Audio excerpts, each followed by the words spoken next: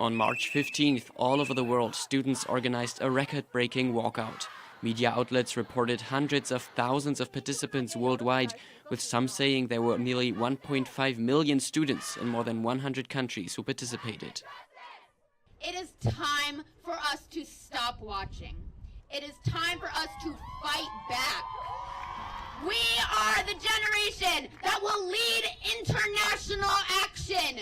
Thank you. Patricia Malden, a researcher at George Mason University, says it's not surprising that young people are passionate about climate issues.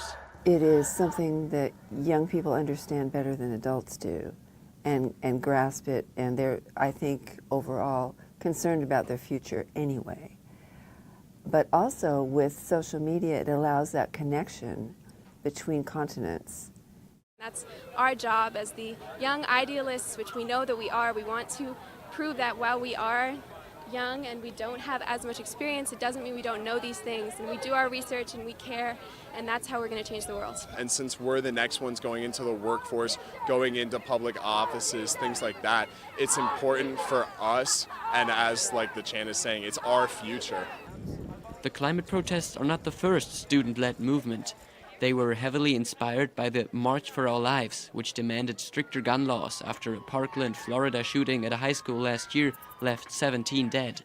The Parkland students were incredibly articulate. They organized in a way that was an example, or a reminder perhaps, of how this could work.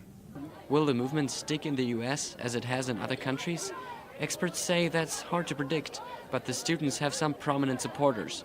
Among them is Democrat Representative Ilhan Omar, who just got voted into Congress, taking a stance for clean energy. She addressed the crowd in Washington.